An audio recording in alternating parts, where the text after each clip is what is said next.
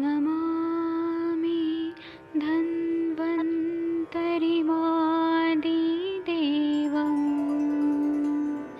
सुरासुरैर्वन्दितपादपद्मम् लोके जरामृत्युनाशं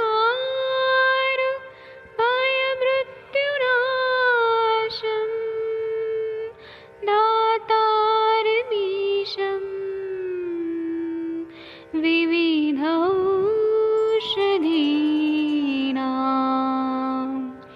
शङ्खं चक्रं जलौकां दधतं मृतघटं चारुतोर्भिश्चतुर्भिः सूक्ष्मस्वच्छादिरुद्यं शुकपरिविलसन्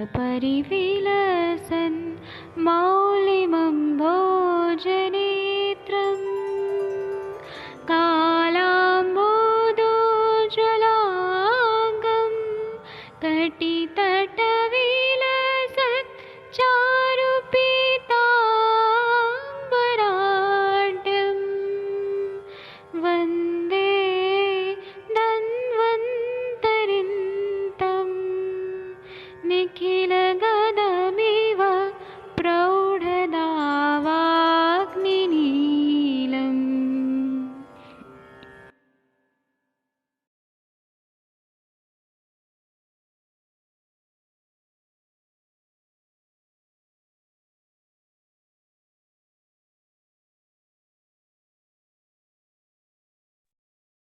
प्रणाम सभी लोगों को। मैं वैद्य अरविंद पाठक पुणे महाराष्ट्र से आप सभी लोगों का स्वागत करता हूं। अभी जो माधव निदान का क्लास हो रहा है इसमें आप सभी लोगों का स्वागत है। हम लोग अभी ग्रहणी रोग पढ़ रहे हैं, तो इसमें हम लोगों ने कफज ग्रहणी कल पढ़ा था। आज हम त्रिदोषज ग्रहणी के बारे में पढ़ेंगे। जो तीनों दोषों से उत्पन्न जो लक्षण होते हैं वह क्या क्या होते हैं वह हम लोग एनालिसिस करेंगे, समझेंगे, और ऐसे पेशेंट जिन लोगों ने देखे हैं वो उसके बारे में बताएंगे भी। क्योंकि ना जो त्रिदोषज ग्रहणी होता है ऐसे पेशेंट बहुत ज्यादा पाए जाते हैं, और मतलब सभी का अनुभव आता ही है कि तीनों दोष वाले जो ग्रहणी रोग हो जाते हैं तो उसमें क्या क्या लक्षण रहते हैं वो जानना भी जरूरी है और समझना भी जरूरी है। जब हम शास्त्र को अकेले पढ़ते हैं ना तो उतना अच्छे से नहीं समझ पाते हैं, क्योंकि बहुत सारे डाउट आते हैं तो उसको सॉल्व करना बहुत जरूरी होता है। तो अभी मैं 17वां नंबर का जो श्लोक है आप लोग के स्क्रीन पे दिख रहा है वो मैं पढ़ रहा हूँ, फिर आप लोग भी बताइएगा। त्रिदोषज ग्रहणी के लक्षण इसमें ऐसा बताया कि पृथक बातादि निर्दिष्ट हेतु लिंग समागमे त्रिदोषम निर्दिष्ट देवम तेषाम वक्ष्यामि भेषजम। मतलब इसमें जो बताया है ना कि बातादि पृथक दोषों से उत्पन्न ग्रहणी रोग के जो निदान और लक्षण बताए, यदि सब सही सारे मिलते हैं तो ये त्रिदोषज ग्रहणी समझना चाहिए। और इन्होंने जो बोला है कि ये जो मतलब टीकाकार ऐसे बताते हैं कि शिष्य हितैषया प्रकृति समसमवत्वेन सुगमाया अपि त्रिदोषज ग्रहण्याम अतिदेशन लक्षणमाम पृथक इत्यादि। मतलब शिष्यों के हित के लिए प्रकृति समसमवाय होने से यहाँ पर क्या होता है ना कि एक विकृति विषम समसमवाय होता है, एक प्रकृति प्रकृति समसमवाय। इस तरह से बहुत सारी व्याधियां बताई गई हैं। आप लोग ये जो प्रमेह का निदान अगर आप लोग देखेंगे चरक संहिता में निदान स्थान, तो उसमें ऐसा बताया है कि कुछ व्याधियां प्रकृति समवाय से होती है, कुछ कुछ विकृति विषम समवाय से होती है। तो इसमें प्रकृति सब समवाय के हैं, मतलब इसका मतलब ये है कि जो प्रकृति सब समवाय के लक्षण होते हैं ना वो वात पित्त कफ, ये जैसे जैसे प्रकृति होती मतलब उनके ही सारे लक्षण मिलते हैं। विकृति विषम समवाय का मतलब यह होता है कि उसमें कुछ उल्टा पुल्टा सिम्टम दिखते हैं। लेकिन ये त्रिदोषज ग्रहणी है, इसको सन्निपातिक ग्रहणी नहीं बोला है। सन्निपातिक शब्द अगर लगाते तो उसमें विकृति विषम समवाय होता, उसमें मतलब ऐसे सिम्टम दिखते जो हमें समझने में थोड़ा मुश्किल होता। यहाँ पर प्रकृति सब समवाय है, मतलब सारे वात पित्त कफ वाले ही सिम्टम दिखते हैं।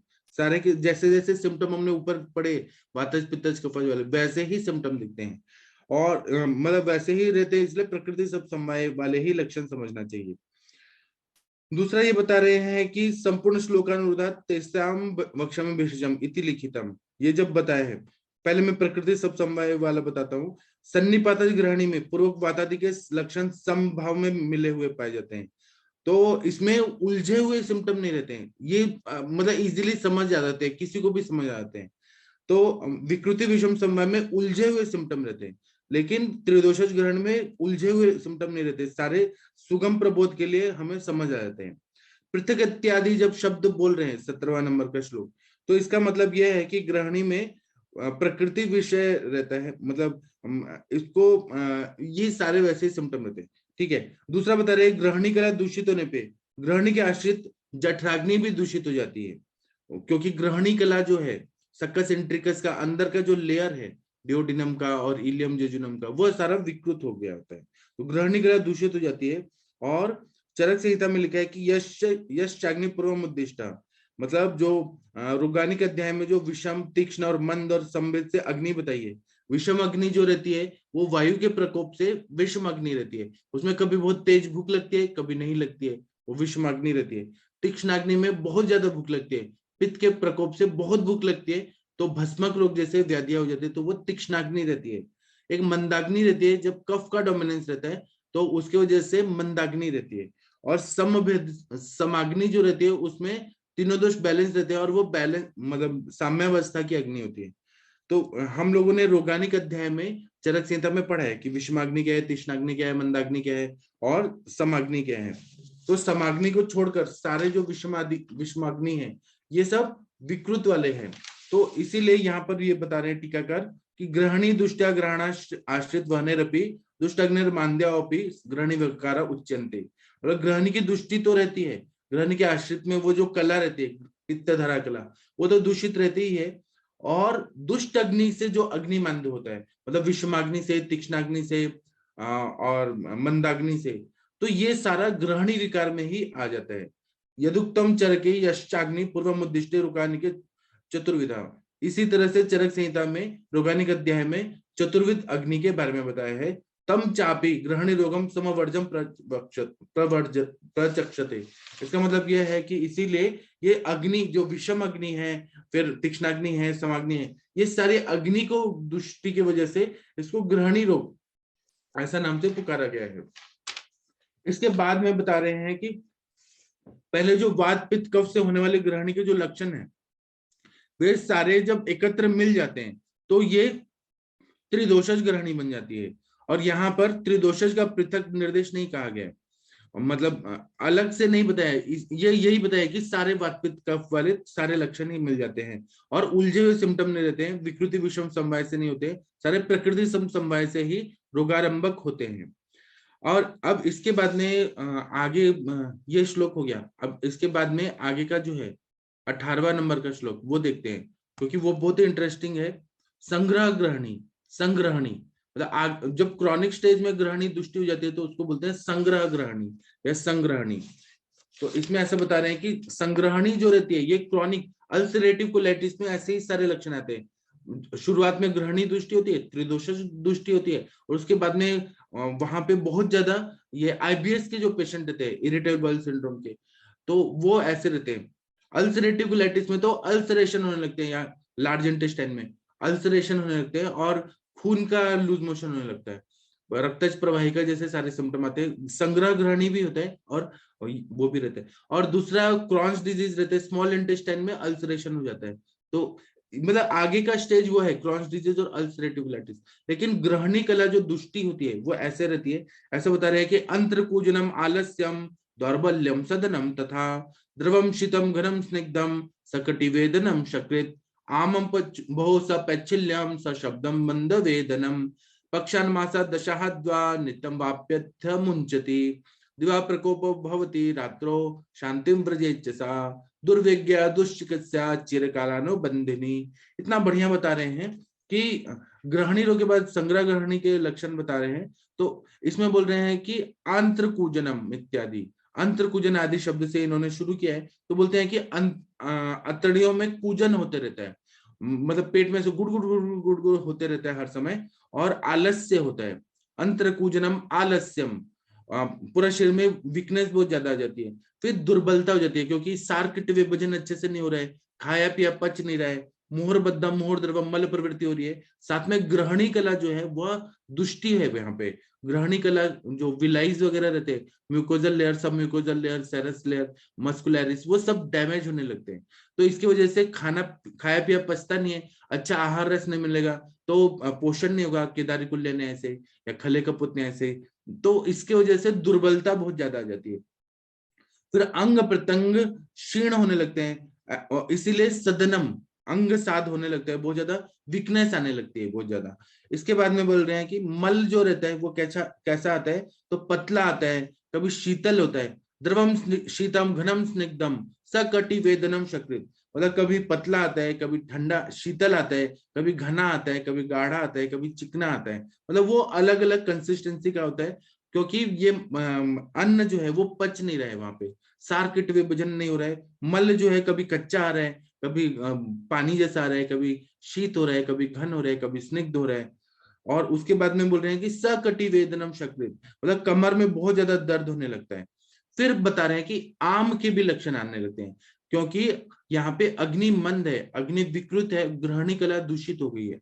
इसके वजह से क्या होता है कि मल जो रहता है आम युक्त रहता है, पिच्छिल बहुत ज्यादा रहता है, आमम बहु सपैच्छिल्यम सशब्दम मंद वेदनम, मतलब यहाँ पे मल त्याग करते समय बहुत ज्यादा शब्द आता है, बहुत ज्यादा आवाज आती है, और लेसदार मल आता है, मल त्यागते समय बहुत ज्यादा आवाज आती है और हल्का हल्का शब्द होता है, और मंद मंद पीड़ा होने लगती है, मंद वेदनम, हल्का हल्का पेट में दर्द होता है, बहुत ज्यादा मतलब इंटेस्टाइन में डिस्टरबेंस रहता है। इसके बाद में बता रहे हैं कि ये रोग का दौरा हुआ करता है, तो कभी कभी ये पक्षान मासा दशाहद्वा नित्यम वाप्यत्य मुंचती, मतलब ये कभी कभी 15-15 दिन में इसके अटैक आते हैं, कभी कभी 10-10 दिन पे आते हैं, कभी कभी 12-12 दिन पे आते हैं, कभी कभी एक एक महीने में आते हैं। पक्षान मासा दशाहद्वा, मतलब एक एक महीने के बाद भी ये हो जाता है, कभी कभी ये 15 दिन में होता है, कभी कभी ये 10-10 दिन पे, अलग अलग ये कंडीशन रहती है। तो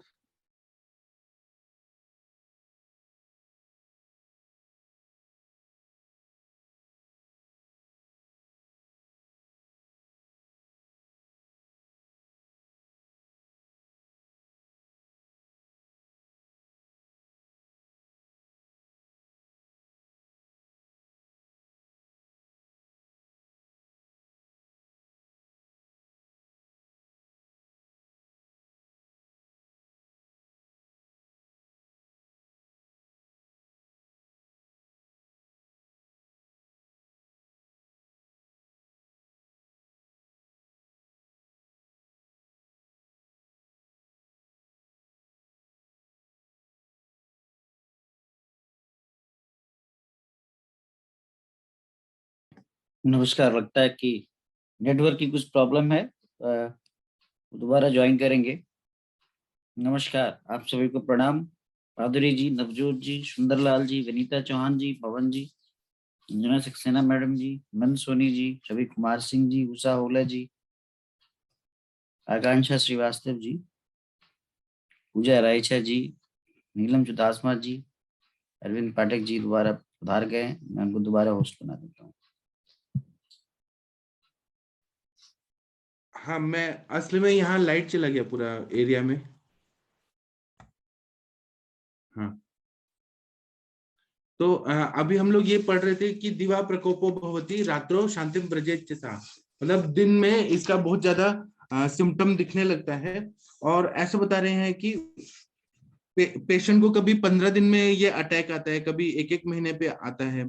फिर ये बता रहे हैं कि इसका मूल कारण जो रहता है कि आम बहुत ज्यादा इसमें प्रकोप, आम बहुत ज्यादा बनता है, और यह रोग जो है चिरकाल वर्षानुवर्ष रहता है, इसलिए इसको संग्रह ग्रहणी बोला है, सालों साल तक रहता है। और दूसरा है कि इसमें वायु भी जो है उसका भी प्रकोप रहता है, मतलब ये जो समान वायु है, अपान वायु है, उसकी भी दृष्टि रहती है। और दूसरा इसको संग्रह ग्रहणी क्यों बोला है, क्योंकि इसमें मल जो रहता है उसका संग्रह होने लगता है, दोष जो है ना वो निकल नहीं पाते हैं शरीर में, मल का संग्रह होने लगता है। और ऐसा बता रहे हैं कि जब दोषों का अति तीव्र प्रकोप हो जाता है तो नित्य ही उपरोक्त लक्षणों से आमादि युक्त मल की प्रवृत्ति होती है, धीरे धीरे मल का संचय होने लगता है, और महीने के बाद 1-2 दिन के लिए लक्षण प्रकट हो जाते हैं, फिर पेशेंट स्वस्थ हो जाता है, फिर कुछ अजीर्ण रहता है, फिर उसके बाद में और दूसरा है बता रहे हैं कि संधियों में वेदना होने लगती है, ज्वाइंट पेन होने लगता है, मनुष्य की जो शक्ति जो रहती है वो धीरे धीरे धीरे धीरे कमजोर होने लगती है, ग्रहणी कला दुष्टि होने लगती है बहुत ज्यादा। इसलिए ये श्लोक में आप देखिए, इसमें बता रहे हैं कि सा भवेत आमवाते न संग्रह ग्रहणी मता, मतलब इसमें ये आम और वायु इन दोनों का रहता है, और यह कोष्ठगत आमवात है, आम और वायु का है, ये अभी शाखागत नहीं हुआ है, कोष्ठ में ही दृष्टि रहती है, इसलिए आमवत। और फिर यह आगे बढ़ के फिर आमवत जैसे ज्वाइंट्स में जाके भी हो जाता है, फिर संधियों में पीड़ा रहती है, और मनुष्य न अपने ध्यान को इधर उधर लाने के लिए कुछ ना कुछ चिकित्सा करने का कोशिश करता है। दूसरा आगे का एक और व्याधि बता रहे, घटी यंत्र, घटी यंत्र जो है उसके बारे में बता रहे हैं, स्वपतो पार्श्वयो शूलम गल जल घटी ध्वनि ही तम वदंते घटी यंत्रम असाध्यम ग्रहणी गदम, मतलब संग्रह ग्रहणी में आगे का जो है वो और दूसरा ये बता रहे हैं कि यह जो है यह असाध्य अवस्था में चली जाती है संग्रह ग्रहणी, मतलब कभी कभी ये ठीक होती है, कभी नहीं ठीक होती है, ज्यादातर ये असाध्य अवस्था में होती है, दुष्चिकित्सा होती है।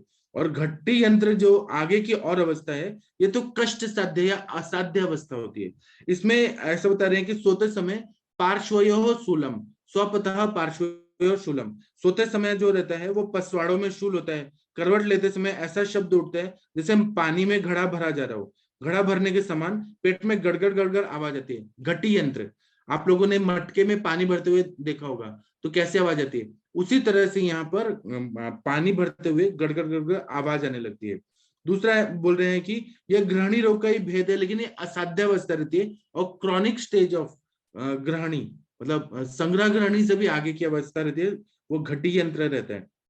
इसमें ग्रहणी कला के जो ग्राह्यांकुर जो रहते हैं, विलाइज रहते हैं, वो पूरी तरह से घिस जाते हैं, और इसके वजह से ग्रहणी के जो किवाड़ टाइप जो रहते हैं विलाइज वो घिस जाते हैं और टूट चुके होते हैं या घिस गए होते हैं, तो जुड़ना उनका असंभव हो जाता है। तो आहार की गति जो रहती है वो वायु की वजह से इधर उधर गड़बड़ होती रहती है, और वायु और तरल अन्य द्रव मिल मिलकर अलग अलग शब्द करते रहते हैं, घड़े बढ़ने के जैसा इसमें आवाज रहता है, इसलिए इसको घटी यंत्र बोलते हैं, और ये असाध्य टाइप का रहता है।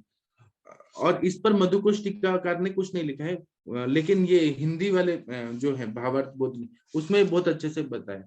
अब आप लोग आइए और हम लोग इस पे चर्चा करते हैं। मैं आप लोगों को अनम्यूट करता हूँ, और फिर आप लोग संग्रह ग्रहणी ऐसे जो पेशेंट देखे आपने वो बताइए, और त्रिदोषज ग्रहणी और घटी यंत्र इनके बारे में बताइए आप लोग। डॉक्टर मोनिका जी, आपने ऐसे पेशेंट देखे हैं क्या? आकांक्षा जी, आपने देखे हैं पेशेंट? या सर प्रभात जो जी? कल भैया आए थे सर, प्रणाम सर। सर कल जो हाँ, भैया प्रणाम आए थे उनका वो भी ऐसा बोल रहे थे कि उनके पेट में से ऐसे आवाज आती रहती है, जी। तो क्या तो आपने उनका क्या भी हो चिकित्सा क्या सकता है? दिया उनका? सर उनका कल लंघन करवाया, उनको वही मुद्गयूश पे रखा कल, और दिन में उनको थोड़ी सी भूख लगी थी तो उन्होंने एक बनाना खाया था सर, और रात को फिर उन्होंने वही सर मूंग की दाल, पतली मूंग की दाल वही खाई थी सर। तो कल उनको वो उस कैसा पे ही लगा? रहे सर। अभी तो बीपी कल उनका ठीक था सर, पर उन्होंने दिन में कोई आ गया था तो उनके साथ बोल रहे थे कि मैंने गलती से चाय पी ली, तो चाय पीने के बाद वापस उनका बीपी फिर 140 डायस्टोलिक हो गया था, सिस्टोलिक 140 और ऐसे करके उनका ये हो गया था, तो थोड़ा सा बढ़ जाता है सर उनका बार बार ना बीपी, ये है। सब ठीक हो जाएगा, स्त्रोतोजन्य संप्राप्ति। आज वो कहाँ पर है, जी आपके पास नहीं है क्या? सर यहीं पे हैं वो, हमारे पास ही रहेंगे अभी थोड़े दिन तक। तो एक्चुअली सर अभी सो रहे उनके हैं क्या? फैमिली, हाँ हाँ जी सर। अच्छा, अगर वो आते तो हम उनसे बात करते। जाने दीजिए, जी सोने दीजिए। मैं कल करवा दूंगी सर बात, या शाम को संभाषा में। हाँ, मतलब उनका हाँ लंघन से कैसा लग रहा है ये हम पूछेंगे ना उनसे। जी, जी सर, जी सर। ठीक है। आज का और हो जाएगा ना तो शाम को और अच्छा सर मिलेगा अपने को, है ना? हाँ, फीडबैक मिलेगा। जी, जी। जी सर।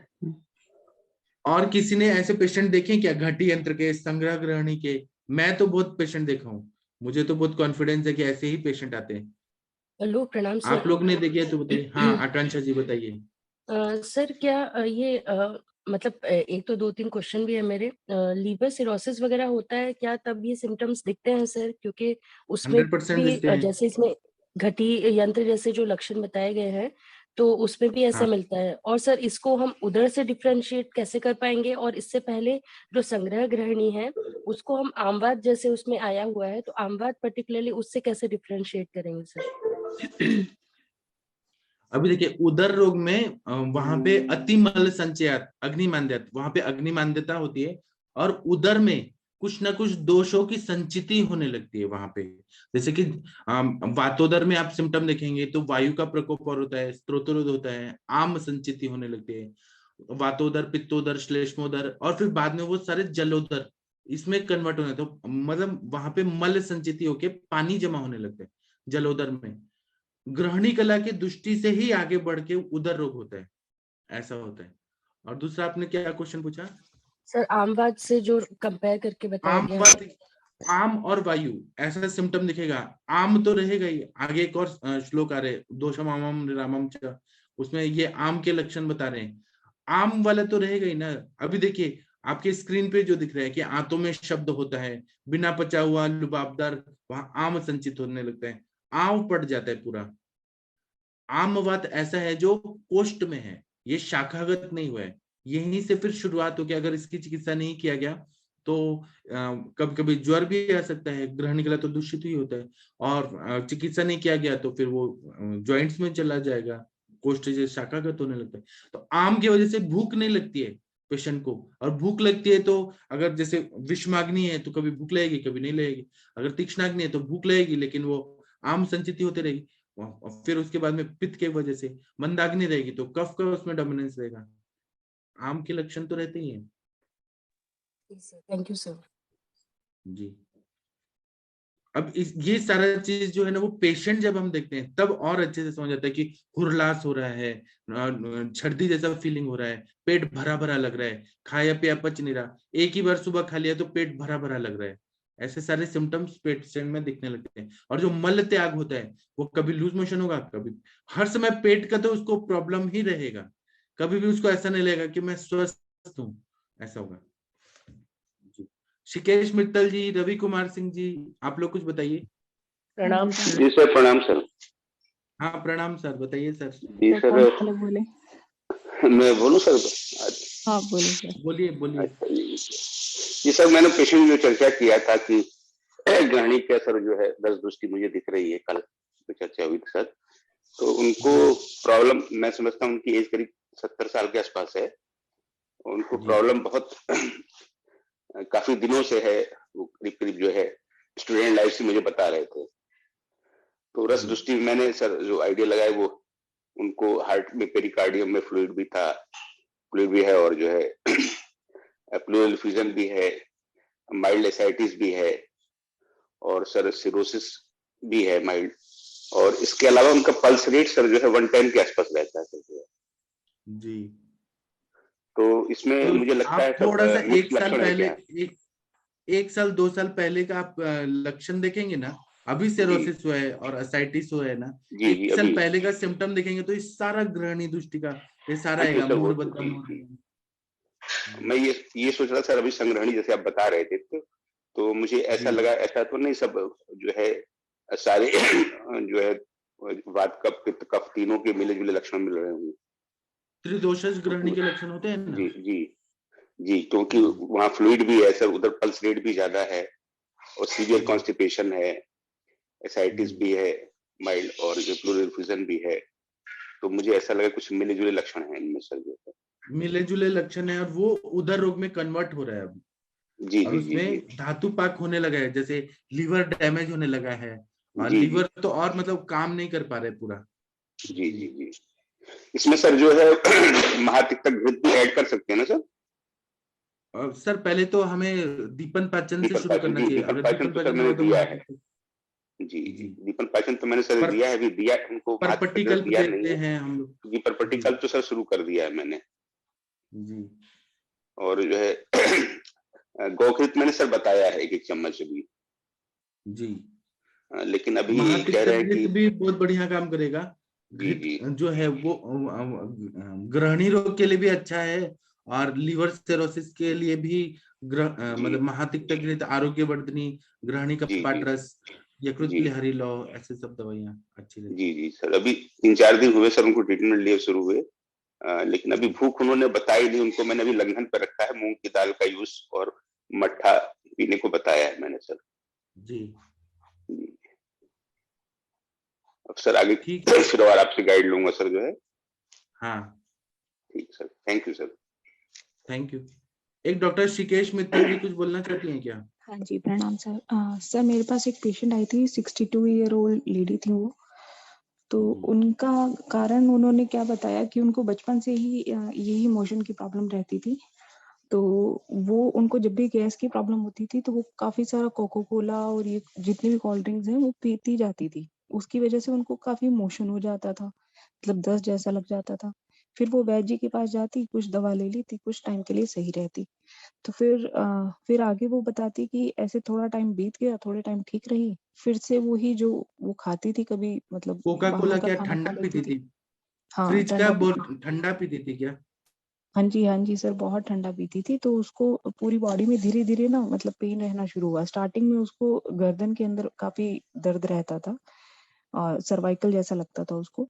और उसके बाद धीरे-धीरे मतलब जैसे भी किसी से पूछ के और जो भी वो अपना ट्रीटमेंट करती थी, जैसे वो जैनी हैं तो गर्म और ठंडा पानी का सेक वगैरह कुछ ये सब चीज़ें करती तो उसको आराम आ जाता था। जैसे-जैसे वो बड़ी हुई तो उसके बाद वो जो खाना है वो उसका आहार तो वैसा ही रहा। मतलब कोल्ड ड्रिंक पीने से उसको ये लगता था या फिर मिल्क शेक पीने से उसको ये लगता था जो ये जलन हो रही है वो शांत हो जाती है। मतलब जो उसको खट्टी डकारें आ रही थी, बार-बार खाना खाने के बाद भी उसको पेट में गुड़गुड़ जैसा हो रहा था, तो उसमें वो क्या करती, एक शेक बना लेती थी, बनाना शेक ठंडा-ठंडा, और वो पी लेती थी। तो उसको लगता था ऐसा करने से उसको आराम रहता है। बट मॉर्निंग में फिर वही स्टूल, मतलब जैसे जो खाया है उसके आधे घंटे बाद या थोड़ी देर बाद ही उसको मोशन जाना पड़ता था। तो सर इसमें ये वातज ग्रहणी के भी लक्षण दिख रहे हैं, पित्तज के भी दिख रहे हैं, और अभी की जो अवस्था है उसको उसको हार्ट में हल्का-हल्का पेन सा रहता है।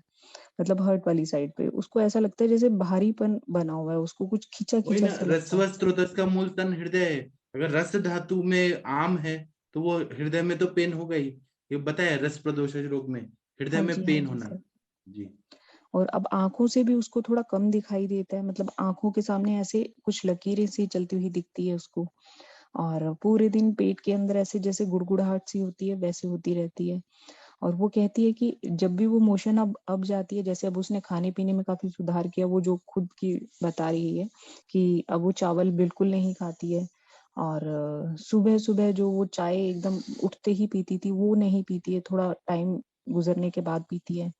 लेकिन वो 2 टाइम्स चाय सर आज भी पीती है, और साथ में 1 टाइम भोजन करती है। वो 1 टाइम जब भी खाना खाती है, खाना खाते ही तुरंत जाती है, और एकदम स्टिकी स्टूल की तरह आता है उसको, पतला और चिकना। सोचिए और कितना बहुत ग्रहणी ज़्यादा कला हेल्दी दुष्टी भी है नहीं है उनका। सर, अब वो कृश भी हो गई है थोड़ी। सोचिए कितनी ग्रहणी कला दूषित हो गया है उनका। हाँ जी, तो सर अब हम लोग इसको त्रिदोषज ग्रहणी में ही लेंगे। त्रिदोषज मानिए, और सबसे पहले उनको लंघन कराना जरूरी है, आम अपचन होना जरूरी है, और ग्रहणी कला को रिपेयर करने के लिए परपट्टी कल्प जो रहता है, आसवरिष्ट रहता है, वो बढ़िया रहता है। ठीक है सर। ग्रहणी कला पूरी तरह से घिस गया है उनका, विलाइज वगैरह मेरा सब कहने डैमेज का हो गए। मतलब है सर, ये संग्रहणी लेंगे हम लोग या त्रिदोषज ग्रहणी लेंगे? त्रिदोषज रहेगा ना। संग्रह ग्रहणी में तो मल संचिति होने लगता है बहुत ज्यादा तक, और कभी कभी इसमें कंटिन्यू लूज मोशन आते हैं, कभी कभी नहीं आते हैं, कभी इसमें मतलब ये क्रॉनिक स्टेज ऑफ संग्रह ग्रहणी है, त्रिदोषज के आगे की अवस्था है। सर आपको ये इसमें देखना इसको पड़ेगा। अगर वो फ्रूट भी खाती है ना तो तुरंत मोशन के लिए जाती है, तो मतलब ये अगर इसी इसने को तो बोलते कुछ हैं भी खाया। Irritable boil syndrome. इरिटेशन होता है, मतलब पानी भी टच हुआ तो उसको रिफ्लेक्स आता है और जाना पड़ता है, इरिटेबल हाँ बॉयल सर, सिंड्रोम। यही चीज हो रखी है अभी उसको। हाँ, और इरिटेबल बॉयल सिंड्रोम क्यों बोलते हैं, डिजीज नहीं बोलते हैं। सिंड्रोम मतलब मल्टीपल उसमें डिजीजेस का कॉम्बिनेशन होता है, और ये कॉम्बिनेशन। ऑटोइम्यून डिजीज बोल के एलोपैथी में बोलते हैं कि इसका इलाज ही नहीं है, ये ऑटोइम्यून डिजीज है। हाँ जी। जी, ठीक है, धन्यवाद सर। धन्यवाद। और बताइए नमस्कार आप लोग। नमस्कार सर। प्रणाम जी सर। बताइए। सर इसमें इरिटेबल बाउल सिंड्रोम है तो इसमें हम दीपन पाचन करना चाहते हैं, तो आसवरिष्ट कौन से देने चाहिए इसमें? बहुत सारे है ना, मृद्विकारिष्ट है, द्राक्षासव है, द्राक्षारिष्ट है, पुनर्नवारिष्ट है। जीरकाद्यरिष्ट आपको दे क्या सकते हैं? जीरकाद्यरिष्ट दे सकते हैं, तक्रारिष्ट बहुत बढ़िया काम करता है, तक्रारिष्ट। Okay sir. सर इसमें मैंने उसको तकरारिष्ट पे ही रखा अभी। तकरारिष्ट खाने के पहले दे या सर आपको आपानकालीन? अपान वायु पे काम करना है तो खाने के पहले दीजिए, सम्मान वायु पे करना है तो खाने के बीच में दीजिए, व्यान उदान पे देना है तो खाने के बाद दीजिए। ओके जी।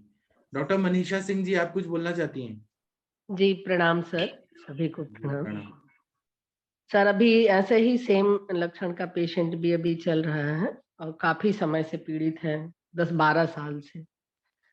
तो उसमें पहले तो दीपन पाचन उसको विधिवत देते हैं सर, और डाइट आपने कंट्रोल हेतु निकाला क्या कि क्यों हुआ, हेतु बताइए ना, क्यों जी हुआ? वो पहले उसको ऐसे ही वायु बनता था, बहुत ज्यादा वायु बनता था, और खान पान उनका यही था कि कभी भी चाय ज्यादा पी लेना, कभी खाना देर सवेर खाना, उठना बैठना उनका, रात में रात्रि काल की ड्यूटी ज्यादा रहना, आम दोष बनते बनते वैसे बोलते थे पहले चिकना मल जाता था, फिर कभी रुक जाता था, फिर पेट में से ही वायु संचित होकर के वही गुड़गुड़ाहट होना।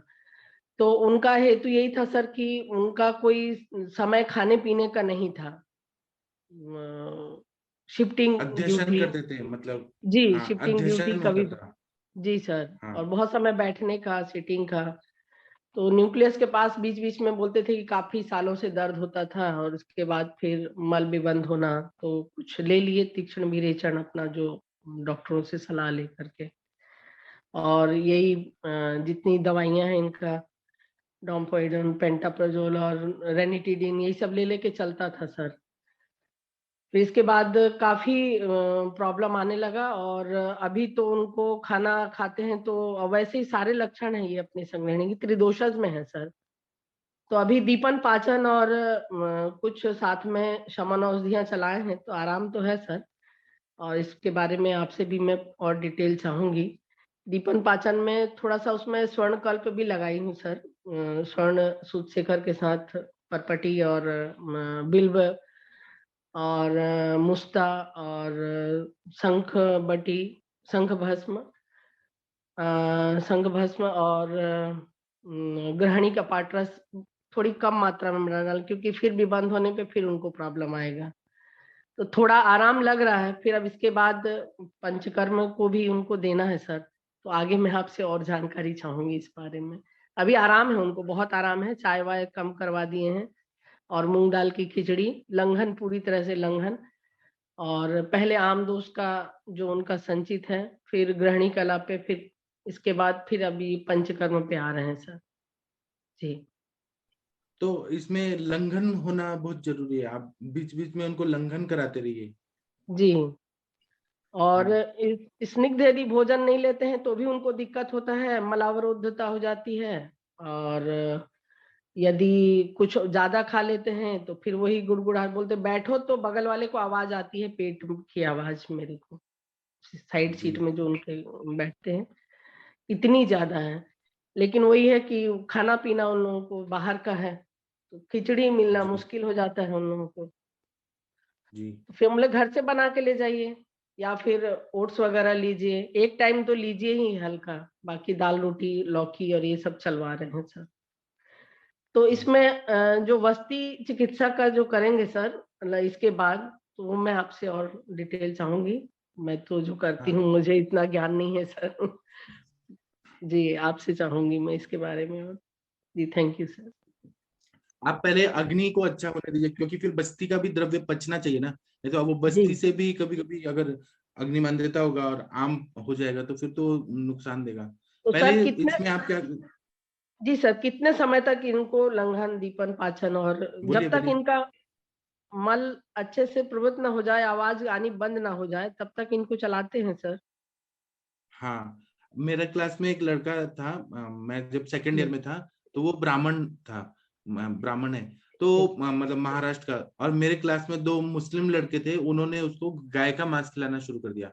तो और अति मात्रा में गाय का मांस खिलाना शुरू कर दिया, बीफ, तो उसकी वजह से उसकी पूरी ग्रहणी कला खराब हो गई और उसको यही सब हो गया, खाना खाते ही लूज मोशन जाना, खाना खाते ही लूज मोशन। तो हमारे एक सर ने उसको 1.5 साल इलाज किया पूरा। ग्रहणी कला सोचिए कितना घिस गया था अंदर ही अंदर, उसको बीमारी बनने में 2-2.5 साल लगा और वो ठीक होने में 1.5 साल लगा। उसको परपटिकल पे रखा, तक्र पे रखा, आसवरिष्ठ पे रखा, फिर पंचकर्म किया।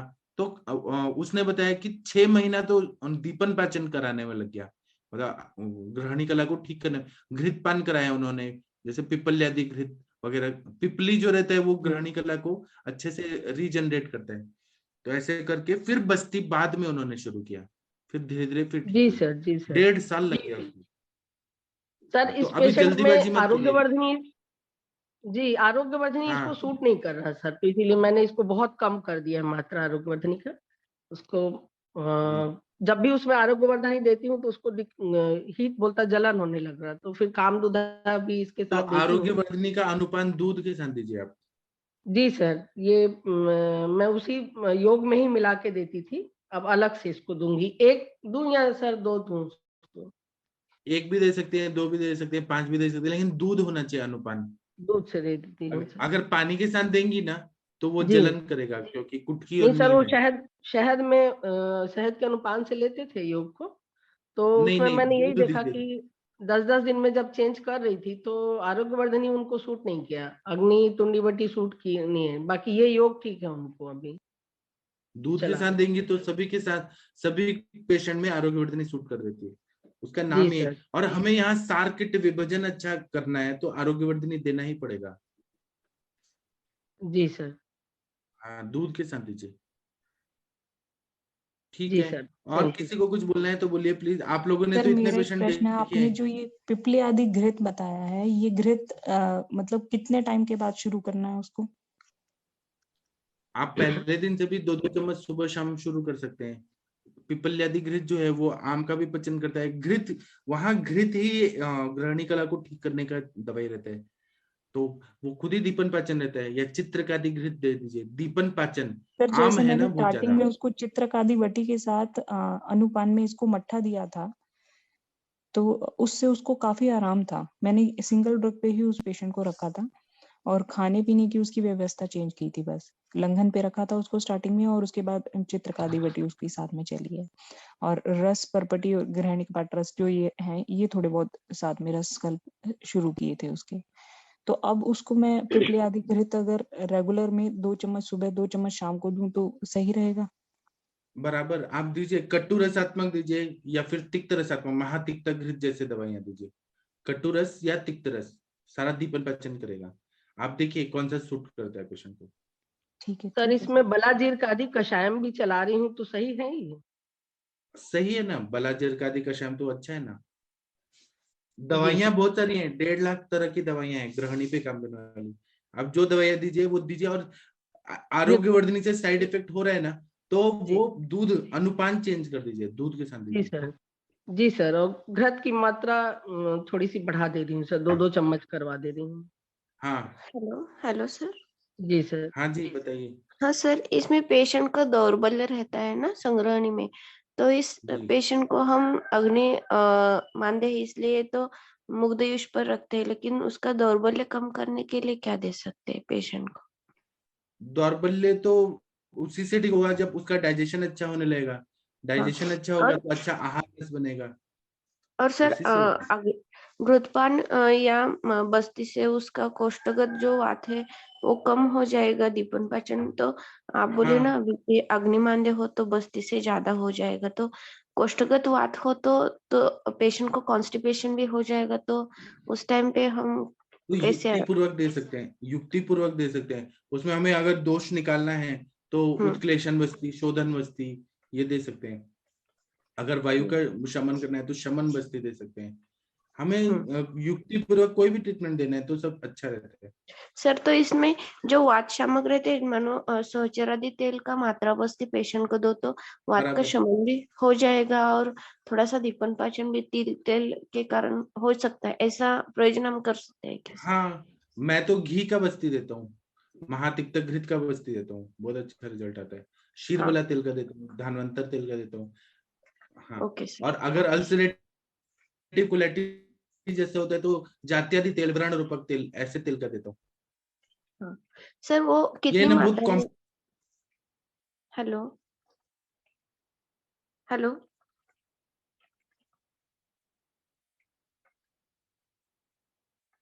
हेलो लगता है नेटवर्क की प्रॉब्लम है, अभी 2 मिनट वेट कर लेते हैं जी।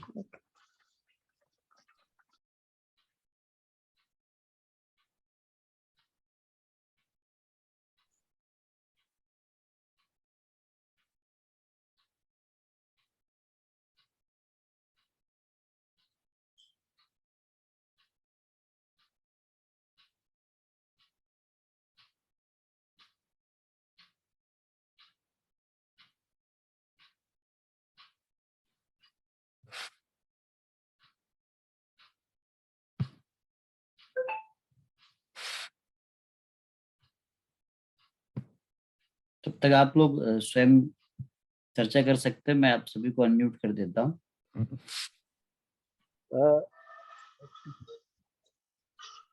जी नवीन सर जी, मैं आप एक चीज था कि अपन जो मर्म करते हैं, जी मैं मेरे ऊपर का ही बता रहा हूँ। मैं आज 2-3 दिन से मर्म कर रहा हूँ, और जी जैसे मैं इंद्रवस्ती दबाता हूँ तो मुझे जी डकारें बहुत ज्यादा आती है। जी तो ये इंद्रवस्ती इसका मर्म नहीं, इंद्रवस्ती मर्म जो है इसका सीधा प्रभाव जो है वो जी सर, हमारे जो है, आपने पढ़ा होगा, वायु पर सीधा प्रभाव है वायु और का, अन्नवह अपान स्रोतस वायु पर का। काम करता है। जी जी जी ये कई पेशेंट्स में खुरपर और इंद्रवस्ती मर्म स्टिमुलेट करने पर उद्गार आता है, ये बहुत कॉमन है। जी। आप उसे सीक्वेंस में करें, आप केवल इंद्रवस्ती ही ना करें, आप सारे मर्म करें आप। नहीं सर, मैं नीचे से ही ले रहा हूँ, नीचे जो हाँ पैर के छिप्र मर्म से लेके ऊपर कर रहा जी हूँ मैं, जी जी जो जी आपने मुझे पढ़ाया, हमने को पढ़ाया। जी तो जी उसको, तो हाँ, एक चीज सर ये जरूर कहता हूँ कि मुझे जैसे 1-2 दिन से थोड़ा सा भूख कम लग रही है। जी तो क्या है ये, इसके कुछ इफेक्ट्स में आता है या कुछ क्यूरेटिव है ये? नहीं, आप जो है ना, आप सुबह कितने बजे करते हैं? सर मैं जैसे अभी जॉगिंग से मतलब कि घूमने गया हूँ, तो बस अभी पार्क में बैठा कर रहा था। अब घर पे जा रहा हूँ तो चलते चलते आपसे जॉगिंग बात करने कर के रहा हूँ। बाद कर रहे हैं आप? सर हाँ सर, मैं घूम के फिर थोड़ा सा चल के फिर करता हूँ सर। मैं आपको सलाह दूंगा, आप सुबह पहले ये काम करिए। अच्छा सर, जी, ठीक है पहले आप खाली सर। पेट सबसे पहले जी। मर्म करिए, फिर आप घूमने जाइए तो ज्यादा अच्छा तो रहेगा। सर तो सर जैसे अपन उठते हैं, उठते ही मर्म करें, फिर उसके बाद उठते अपन? ही फ्रेश होके आप मर्म करें सबसे पहले खाली पेट जी। जी जी, फिर उसके बाद फिर आप अपन? फिर वॉक पे जाएं, जो भी करना है फिर करें आप जी। जी जी जी, बिल्कुल सर, थैंक यू। सर नमस्कार। नमस्कार जी। सर मेरा एक डिमेंशिया का केस है सर। जी उनको कौन कौन सा मर्म उस पे? जी, डिमेंशिया में आप जो है वो मणिबंध मर्म लिख लीजिए आप, फिर सर स्थपनी, जी सिर के सारे मर्म कराइए, उनमें सिर के सारे मर्म कराइए। सर। और साथ में जो आपने औषधि दे रहे हैं आप औषधि चलाते रहिए, है ना। जी जी सर। बहुत फायदा होता है इससे, काफी है। मेरे पास तो इतने रोज लोगों के वीडियोस आ रहे हैं, लोग सर दिन कहाँ में 2 कहाँ। बार ही ये कंटिन्यू करें? जी, या? सुबह शाम 2 बार करिए आप जी। जी सर। प्रणाम सर। प्रणाम जी। सर ये डायबिटीज में कौन से मर्म करने चाहिए सर? खुरपर और इंद्रवस्ती। खुरपर और इंद्रवस्ती। जी, थैंक यू सर। मैं डिजीज वाइज आप जो है वो सीक्वेंस है सारा, सीक्वेंस ऑफ द मर्माज वो अपलोडेड है, आप आयुष दर्पण के डिजिटल मैं पे डॉक्टर जाएंगे। माधुरी बोल रही हूँ सर। ओबेसिटी में सर कौन सा इंद्रवस्ती है ना सर? गुल्फ गुल्फ खुरपर गुल्फ वेट मैनेजमेंट करता है जी। Thank you sir. गुल्फ एंड खुरपर, खुरपर मर्म तो मेटाबॉलिक जितने भी प्रॉब्लम्स हैं उन सब में काम करता है। और सर ये शाम को मर्म स्टिमुलेशन सर अगर कोई 4:30 बजे दिक्कत नहीं, कर सकते हैं आप, कर सकते हैं ना? क्योंकि मैं सुबह करती हूँ सर 6 बजे, जी पर जी शाम को अगर करना है तो 4 साढ़े 4 बजे किया तो चलेगा ना टाइम उसको? बिल्कुल कर सकते हैं, कर सकते हैं। हाँ सर ईडी का मॉर्म पॉइंट कौन सा रहेगा सर? इसका इरेक्टाइल डिस्फंक्शन का केस था। क्षिप्र, पादक क्षिप्र मर्म, पादक क्षिप्र मर्म। और इसका ये स्टिमुलेशन करना है ना। हाँ सर। अगर हम दबाए रखेंगे तो ब्रह्मचर्य एवं मनोनिग्रह, दो अलग अलग प्रभाव मिलते हैं इसके। जी जी जी जी प्रणाम सर। प्रणाम। सर सर्वाइकल स्पॉन्डिलाइटिस में क्षिप्र, कुरपर, आणी, उर्वी, अंश, कर्काटिका। कुरपर, आणी, उर्वी, अंश और कर्काटिका।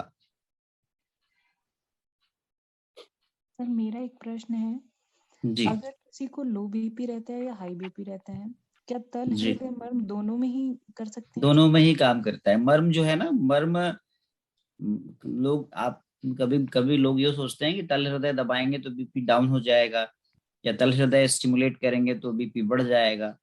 ये जो पॉइंट्स हैं ये मैनेज करते हैं, हमेशा ये ध्यान दीजिएगा, ये अपने आप मैनेज करते हैं। तो ये अगर आप देखेंगे आपका बीपी नॉर्मल है और आप स्टिमुलेट करिए, उसमें रत्ती भर भी फर्क नहीं पड़ेगा। ये हृदय की गति को, हृदय के फंक्शंस को, हृदय के जो हृदय का जो फिजियोलॉजिकल फंक्शन है उसको ये मैनेज करते हैं। इस वजह से कोई चेंज नहीं आता नॉर्मल में, बढ़े हुए में घटता है। आप देख सकते हैं, लाइव बीपी चेक करिए और उसके बाद आप स्पर्म का स्टिमुलेशन कीजिए, बढ़ा हुआ है तो ये 50 mmHg तक नीचे आता है। जी सर इसके साथ में हृदय को ताकत देने के लिए कोई और मर्म भी है, फेफड़ों को और हृदय को ताकत देने के लिए? जी, उर्वी और आणी। देखिए जो मर्म जिस अलाइनमेंट में होता है, आपने देखा होगा उर्वी और आणी, उर्वी, आणी, कुरपर, तल हृदय, इन सभी मर्म के प्रभाव मूल रूप से हृदय पे हैं। तो हम लोग ये सारे ही मर्म करने को कहते हैं, लेकिन इमरजेंसी की कंडीशन में, जैसे कोई मूर्छित है या कोई किसी का अचानक से बीपी शूट हुआ है, तो तल हृदय is the best one. Thank you sir. वैसे मैंने ये तल हृदय मर्म कल ही एक बच्चे पे यूज किया था, उसका बीपी बहुत डाउन था, तो ये जी करने से उसको चक्कर आ रहे थे। जब वो मेरे पास आया तो बैठते ही चेयर पे नीचे गिर गया था, तो जी तब उसको सिर्फ ये मर्म पे प्रेस करने से ही उसको इतना आराम आया कि वो विद इन 2 या 3 मिनट्स ही एकदम ठीक हो गया था। जी जी जी ऐसे बहुत सारे ऐसे बहुत सारे ये मर्म चिकित्सा जो है ये एक प्रकार से इमरजेंसी मैनेजमेंट है आयुर्वेद का, हम इसको यूं कहेंगे। हम लोग ये नहीं कहते कि आप अपने उसके भी ब्लड प्रेशर की मेडिसिन को बंद करा दें, कभी नहीं कहते, लेकिन ये है कि you can manage emergency, immediately you can got result. Yes sir इसमें चारों करना है क्या, तल हृदय, पैर के भी और जी जी जी जी अगर अगर अगर बहुत ज्यादा, अगर आपको लगता है कि स्थिति बहुत ज्यादा, उसका ब्लड प्रेशर शूट किया है और आप पेशेंट कंफर्टेबल है, तो पैर के तल हृदय भी करिए। जी सर ये यूरिनरी इनकॉन्टिनेंस होता है जिन पेशेंट्स में, जी जी तो सर भगवान उसमें से इंद्रवस्त्र। हाँ sir. Indravasti is the best one. जी पैर और हाथ और दोनों का। जी सर जैसे जैसे जो मैंने पढ़ा है सर, उसमें देखा गया है कि कहते हैं जो ऑर्गन जिस लेवल पे है उसी लेवल का मर्म यस दबाओ। करेक्ट। वो क्या है कि जैसे आपने देखा होगा शिरावेद, अभी शायद अष्टांग हृदय भी चल रहा है, तो आपने देखा होगा कि अगर हमें यकृत का अगर लाभ लेना है तो हमें राइट साइड की कुरपर संधि के पास का शिरावेदन करना है। तो निश्चित है कि मर्म जो जिस तरह के हैं, जो जिस साइट पे हैं, उस साइट के ऑर्गन्स पर उनका ज्यादा प्रभाव है। अगर आप शरीर को देखें आप गौर से, तो मर्म का जो कॉन्सेप्ट है ये एक प्रकार से बॉडी में छोटे छोटे, हम ये कह सकते हैं कि छोटे छोटे ऊपर वाले ने, गॉड ने छोटे छोटे रडार्स लगाए हैं जो अपना एक प्राण रूपी सिग्नल्स छोड़ रहे हैं। तो अधिपति को आप देखें तो अधिपति सबसे टॉप पे है, तो वो, और योग में भी देखें तो उसको मल्टी पेटल सहस्रार चक्र कहते हैं। तो वहां से एक पूरा सिग्नल ऐसा चल रहा है जो नीचे बॉटम तक जा रहा है। तो देखिएगा आप अधिपति का प्रभाव नीचे आपके पैर के टो तक है, यानी कि टॉप से बॉटम तक है। अगर आप उसके बाद सीमंत को देखेंगे तो वो भी इस प्रकार के हैं प्रभाव कि वो भी टॉप से बॉटम है। मैं आपको ऑर्गन से रिलेशन बता रहा हूँ। यदि आप विधुर देखेंगे तो आप विधुर का जो प्रभाव है, ऐसा लगता है कि ये एक प्रकार से एक ऐसा रडार है जो सामने की तरफ देख रहा है, तो उसका आप देखेंगे ऑडिटरी और सिर के हिस्से में प्रभाव है। इसी प्रकार आप शंख देखेंगे तो शंख ऐसा लगता है कि वो एक ऐसा ऐसा रडार है जो नीचे की तरफ देख रहा है। तो शंख का प्रभाव अपान वायु पर है। अपान वायु की जो हमारी जो प्रतिलोम गति है उसको अनुलोम करने का है, साथ साथ पूरे स्किन में टेक्टाइल सेंसेशन को ठीक करने का है। तो ऐसे बिल्कुल सही कहा आपने कि जो मर्म है वो कंसर्न जिस डायरेक्शन में है उस डायरेक्शन के हिस्से उससे ज्यादा प्रभावित होते हैं। उदाहरण के तौर पर यदि आप जानू मर्म करेंगे तो निश्चित है कि कुरपर मर्म से कम वो लिवर पे इफेक्ट करेगा, क्योंकि थोड़ा सा दूर है, लेकिन करेगा वो। जी थैंक यू सर। आगे हमारे वैद्यराज अरविंद पाठक जी, तो मैं उनको फिर से होस्ट बना देता हूँ। जी असली में यहाँ पे ना पूरा कंप्लीट पावर फेलियर है, इसलिए कुछ भी दिखाई नहीं दे रहा। तो कैसे पढ़ाएंगे फिर अंधेरे में? मैं मोबाइल चला के फिर पढ़ाने का कोशिश कर रहा हूँ। ठीक है ठीक है जी। और बताइए डॉक्टर आकांक्षा जी, डॉक्टर कंचन जी, आप लोगों ने पेशेंट देखे होंगे ग्रहणी के, कुछ बताएंगे? जी सर, प्रणाम सर।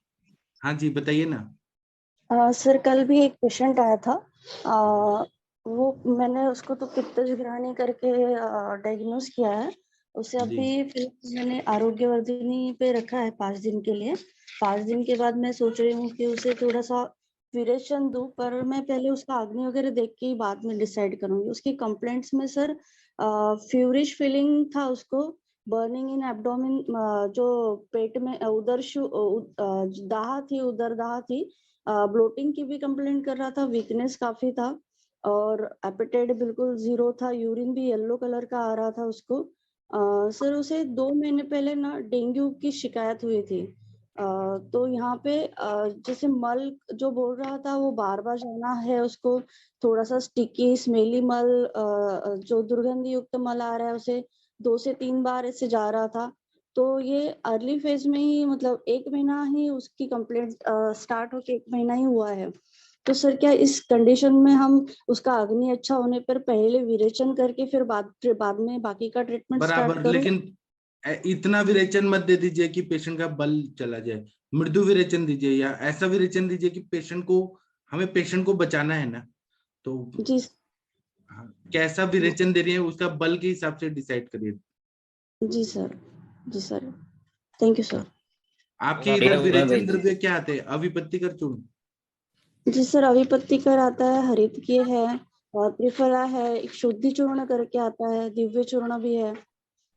तो फिर मैं इसे अविपत्तिकर से स्टार्ट करूं क्या? हाँ जी सर। ठीक है।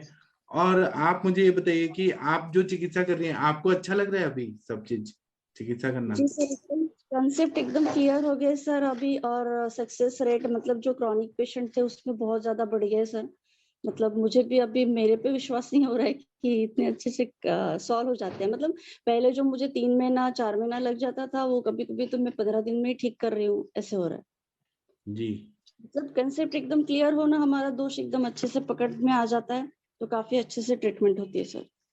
जी sir, thank you sir. Sir ma'am की इस केस में हम मृदु विरेचन माने तो कैस्ट्रॉयल और अग्निदीपन पाचन के लिए तो उसमें शुंठी डाल सकते हैं क्या? हाँ क्यों नहीं डाल सकते हैं। तो कैस्ट्रॉयल और रात के समय या सुबह रसायन काल में हम दे सकते हैं कैस्ट्रॉयल में शुंठी 100% जी। Okay sir. थोड़ा ब्रेक ले ले क्या? हाँ जी बोलिए। सर इनको समझो अगर अग्नि अच्छा होता है तो थोड़ा घृतपान करा के करूँ या फिर वैसे ही कर दूं विरेचन? घृतपान करा के करेंगी तो सबसे बेस्ट रहता है कि वो मतलब ग्रहणी कला को थोड़ा स्नेहन करके फिर दोषों को निकाले, क्योंकि हमें ना कोष्ठ को शुद्ध भी करना है, तो जो चिपके हुए दोष हैं वो निकलना चाहिए ना, लीन दोषों को। हाँ थैंक यू सर।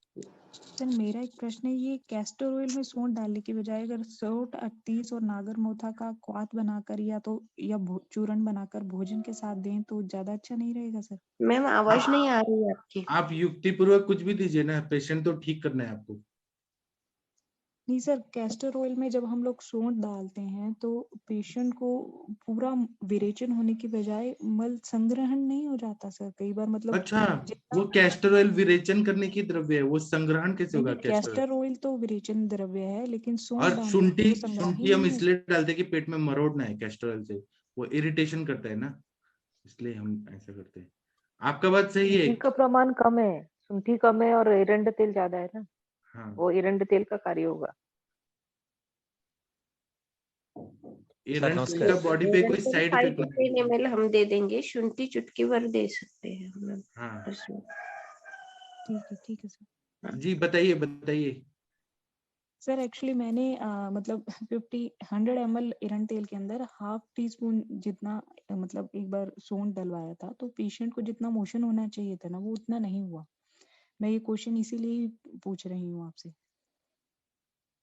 नहीं ऐसा वो एक पेशेंट से हुआ ना, हम लोग मैम यहाँ बात कर रहे थे सब। उसका कोष्ठ कैसा था मैम? क्रूर या मृदु कोष्ठ कैसा था? क्रू कोष्ठ ही था मैम। तो मैम कैस्ट्रॉइल तो ज्यादा मात्रा में देना चाहिए। 100 ml दिया था आपने? 100 ml दिया था। तो और ज्यादा की जरूरत होगी। और ज्यादा, और उसको मात्रा बस्ती दे देना स्नेहन थोड़ा सा, क्योंकि वृक्षता ज्यादा होगी तो कैस्ट्रॉइल 100 भी कम पड़ सकता है उसमें।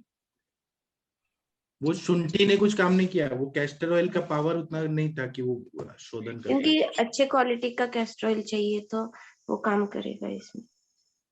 नहीं कैस्टर ऑयल तो सही था मैम, क्वालिटी तो सही थी, हो सकता है उसकी लेकिन मात्रा क्वांटिटी और ज्यादा चाहिए। हाँ क्वांटिटी और बढ़ाने से शायद सही हो जाए वो। हाँ ठीक है। डॉक्टर नवजोत कौर मैम, आप कुछ बोलना चाहती हैं क्या? Doctor Navjot Kaur ma'am. अष्टांग हृदय पे चलें, फिर वहां पे हाँ सब जी। चर्चा करेंगे सभी वैद्य लोग। जी जी, तो अभी हम आप बंद करते हैं। सभी का स्वागत है।